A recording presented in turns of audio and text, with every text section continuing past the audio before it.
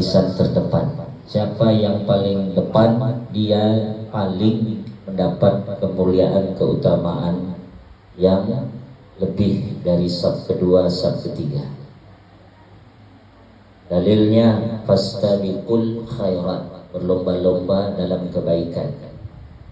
Dalam satu hadis juga dijelaskan wa anna as-saffal awwal ala misli saffil malaikah fa in alimtum ma fi fadilatihi labtadartumuhu. Saf yang paling depan itu seumpama barisan malaikat. Oh, malaikat. Jadi orang yang berada di saf depan ini sama dengan barisan malaikat. Barisan malaikat tuh tidak tanggung-tanggung, Bu.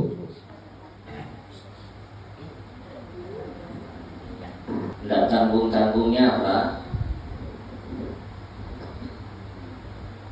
Kalau barisan malaikat dia kepung Madinah dan Makkah itu, Dajjal yang sangat sakti kuat itu tidak bisa menembusnya.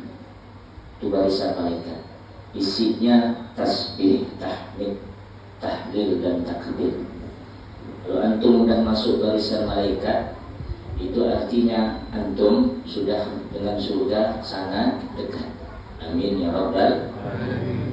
Jadi berlomba-lombalah mengambil saf paling depan, bapak-bapak. Tapi jangan pula pas di belakang imam. Jangan nak berebut belakang imam ni, satu jaga, karena dia wakil imam, naibul imam.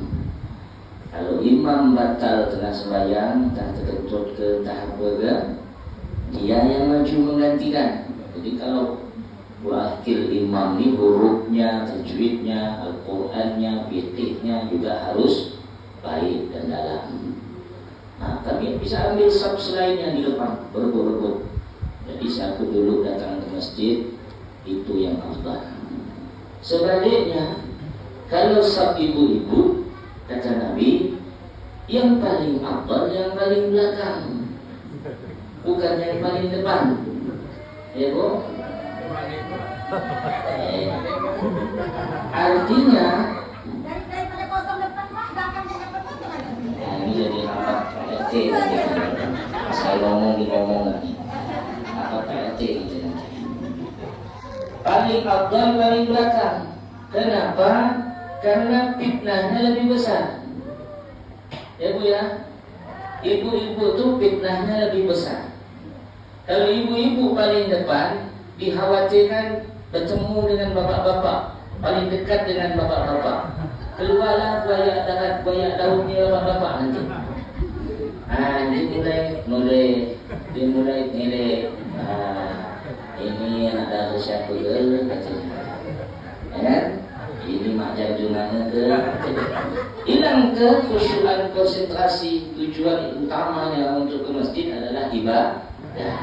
Makanya ibu-ibu lebih afdal paling belakang, terutama yang skincare, yang cinclong, yang apa gitu, yang bening. Kalau dianjurkan tidak bersolek, ibu-ibu jangan bersolek dan pergi bersama mahram. Yang depan-depan tuh biarkanlah yang udah kepala 77, kepala 8, yang udah miring jalan itu biar depan. Yang makin dia membawa fitnah, makin besar membawa fitnah, maka semakin afdal, semakin baik dia di belakang, paling belakang. Tidak apa-apa datang terlambat, mengambil saf yang paling belakang. Sebaliknya kalau laki-laki berbondong-bondong, cepat ke depan. Makin belakang saf, makin buruk. Tapi tetap baik, tapi makin berkurang keutamaannya. Nah, utamakan yang depan-depan ni, yang muda-muda.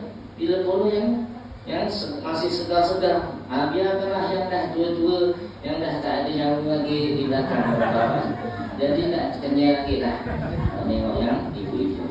Itu yang Nabi Masya Allah mengajarkan kita soal solat berjamaah. Kemudian saya ingin ambil umpama, Bu, ibu kalau nonton TV, artis sukanya siapa? Siapa sukanya artis? Hah? Laki-laki, artis laki-laki siapa? Misalkan yang gantung, yang lawak, misalkanlah Rapi Ahmad, bala ganteng, lawak, banyak duit tadi.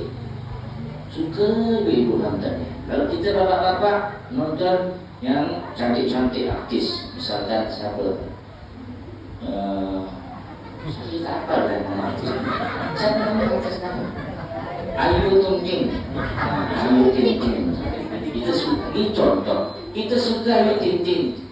Ibu-ibu suka Rapi Ahmad. Tiba-tiba kita dapat berita seseorang nyampaikan kita. Pak Lazami, Ayu Ting Ting kangen sama kamu, kirim salam. Suka tak saya? Ibu-ibu, tiba-tiba Rapi Ahmad kirim salam sama ibu-ibu. Bu, Rapi Ahmad kirim salam kangen, rindu sama ibu. Oh, saya rasa ibu tak tentu makan, tak tentu tidur. Betul tak? Makan paling cuma sesuap ya, 3 piring habis.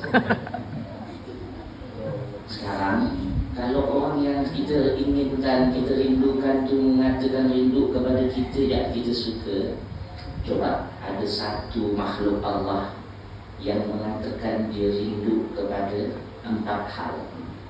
Apa makhluk Allah itu? Adalah syurga, tujuan akhir perjalanan hidup kita. Sejak dunia kita beribadah, beramal, berbuat baik untuk membekalkan hidup kita ini untuk menuju akhirat. Tujuan akhirnya, finishnya adalah surga. Nah, surga makhluk Allah tu berkata kepada kita semua, aku merindukan 4 hal. Ini hadis Ibnu Daud dan Tirmizi. Aku merindukan 4 hal. Al-jannatu mushtaqatun ila arba'ati nawa. Surga merindukan kepada 4 sosok.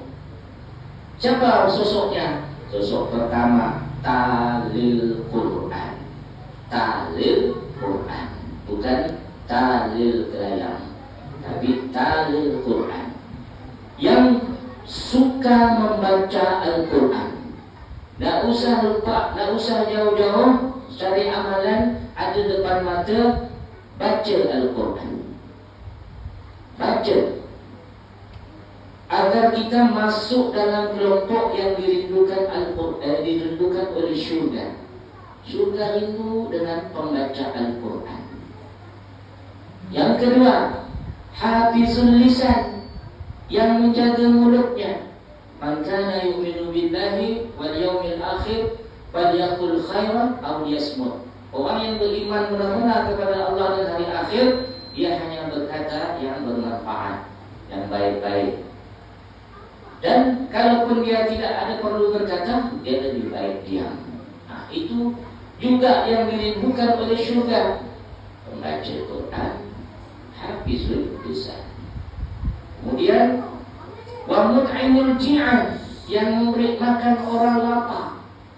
Tak boleh menerima orang lapar untuk sedekah. Ajak makan, ayo makan. Kalau Nabi Ibrahim itu makan tak pernah sendiri. Asal dia makan, dia cari kawan. Nah, kalau kita juga jangan nak makan seorang. Sahabat-sahabat Rasulullah pun bersama sahabat makan sama-sama. Ayo makan. Nah, itu dia. Kalau kita makan seorang, salah. Karena itu yang dirindukan oleh surga. Surga merindukan orang yang ngasih makan orang. Jangan biarkan kiri kanan tetangga kita lapar. Dosa kita. Kalau ada sebelah kita orang susah, jangan-jangan mau makan pun payah. Kita diam, kita enak makan nyaman. Jangan sampai. Karena kalau dah tidak dirindukan surga, berarti tempatnya ke mana? Ya kan? Kuncinya begitu. Ada orang lapar, dia tak mau ngasih makan. Mulut dia ngomong sembarangan. Dia tak rajin membaca Al-Quran. Kalau dah tak dirindukan surga, berarti tempatnya di neraka. Kemudian yang terakhir adalah wasaimi syahri Ramadan, yang berpuasa di bulan Ramadan. Dan kalau nak masuk surga, syaratnya 4 saja. Tak usah jauh-jauh. 4 itu lakukan. Baca Quran, kemudian menjaga lisan, kemudian memberi orang makan, dan yang terakhir berpuasa Ramadan. Insya Allah kita yang kumpul di sini semua, insya Allah akan bersama-sama kumpul di sini Allah Subhanahu wa Ta'ala. Cita-citakan surga itu, cita-citanya aku nak masuk surga. Jangan kampung-kampung, cita-cita nak masuk surga. Maka supaya amal kita adalah amal perbuatan ahli surga. Saya pikir ini saja singkat karena kita mau sholat tarawih. Sholat tarawih di sini berapa? Apa witirnya? Tidak langsung salam. Berarti niatnya langsung witir. Kalau buat 1, 2 itu sholat syafa', 1 baru witir. Kalau kita 3 berarti langsung 3 itu niatnya witir, tidak ada tahiyat awal. Nah, yang 8 ini kurang, tambahlah. Kalau pengen nambah lagi sampai banyak-banyaknya. Sholat tuh banyak-banyak malam tuh, hidupkan malam Ramadan tuh. Jangan cukup di 8-nya, tambah lagi di rumah. 8 ini untuk berjamaah aja.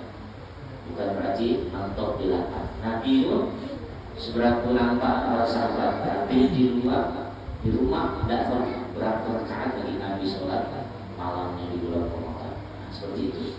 Demikian yang dapat Al-Fakir sampaikan. Setelah ini boleh untuk bangsa yang lawa-lawa silahkan ke belakang, yang sudah usul-usul boleh depan.